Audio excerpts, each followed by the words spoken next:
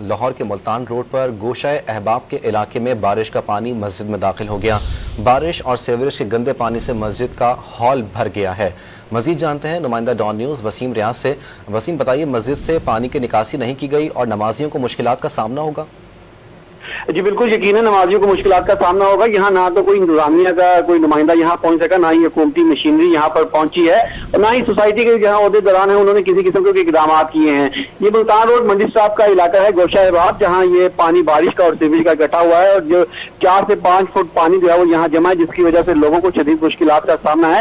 جو پانی ہے وہ تمام گھروں میں جو ہے وہ داخل ہو چکا ہے، گھروں میں سامان جو ہے فرنیچر الیکٹرانک کا سامان جو ہے وہ خراب ہو چکا ہے۔ اس کے علاوہ جو لوگ ہیں وہ گھروں کی چھتوں پر یہاں مصور نظر آ رہے ہیں۔ لوگوں کا باہر نکلنا مشکل ہے، جو موٹر سائیکل سوار یہ گاڑی یہاں سے گزرتی ہے وہ پانی میں بند ہو جاتی ہے۔